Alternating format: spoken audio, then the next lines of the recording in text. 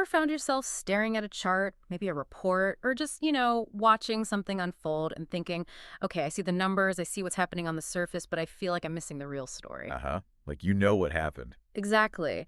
But not really how it all went down, or maybe who was really driving it, or even why it happened with such, I don't know, conviction, or maybe Right. hesitation. Right. That gap between the outcome and the actual process. Precisely.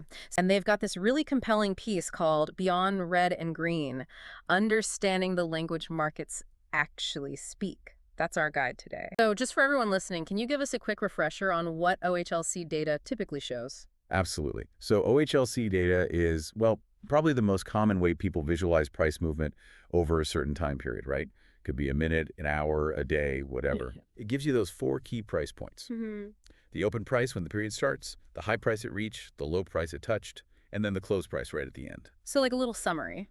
Essentially, yeah. Yeah. It's a snapshot. It shows the range, the start point, the end point for that specific time chunk. It's foundational stuff, definitely. Yeah.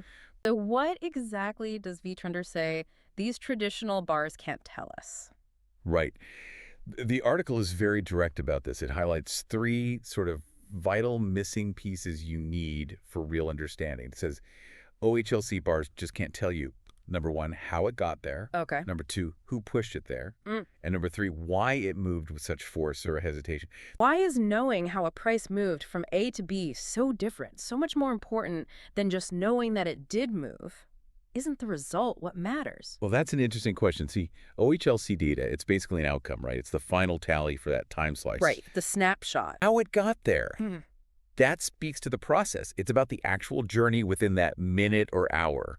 The sequence of little ticks back and forth, the struggle between buyers and sellers, maybe. So the dynamics. Exactly. The smooth glide upwards or maybe a sudden sharp jump. Yeah. It's a difference between, say, knowing your friend got to their destination and actually hearing about the journey, the traffic jams, the scenic route they took, the flat tire. Okay, I get it. The detours matter. They do. The how reveals the texture of the move, the Yeah. dynamic tension. It shows the real journey the price took, Yeah. not just where it started and ended. Okay, that makes sense.